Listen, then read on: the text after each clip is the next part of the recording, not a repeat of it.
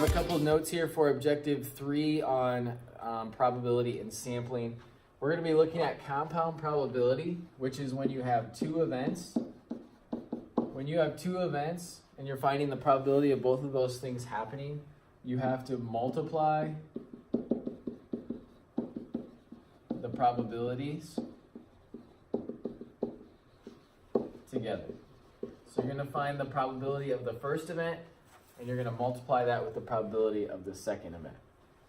If I'm spinning a spinner and there's a 1/2 chance that it lands on blue on the first spin, and there's a 1/2 chance that it lands on red on the second spin, then the chance that it lands on blue and then red is going to be 1/4.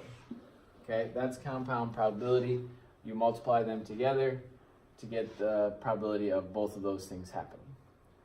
Okay, a lot of times in these types of problems, drawing tree diagrams makes it a lot easier to see what's happening and then figure out the probability. So for example, you're going to flip a fair coin 3 times, calculate the probability of getting heads, tails, and then heads in that order. Okay, so how we would draw that, we're flipping 3 coins. That means there's going to be 3 rows to our tree diagram. Okay, what's going to be in our first row is the choices on our first flip. So our first flip, we have choices of heads and tails. Okay, then no matter what I get on the first flip, on the second flip, even if I got heads on the first one, I'm going to have choice of heads or tails. If I got tails on the first one, I'm going to have choice of heads or tails.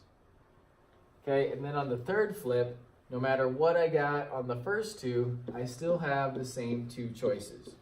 So under each one of those, I have heads and tails, heads and tails, heads and tails. Okay, now the bottom row of your tree diagram shows you the total number of outcomes.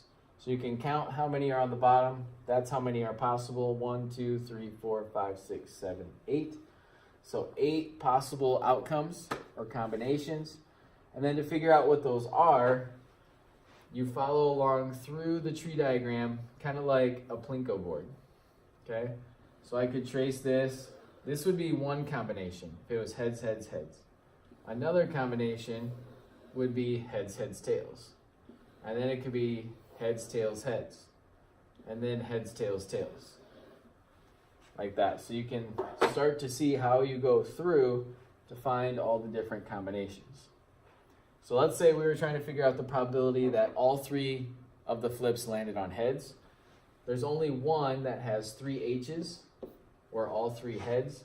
So the probability would just be 1, because there's only one that we want, out of the total of 8. So the probability would be 1/8.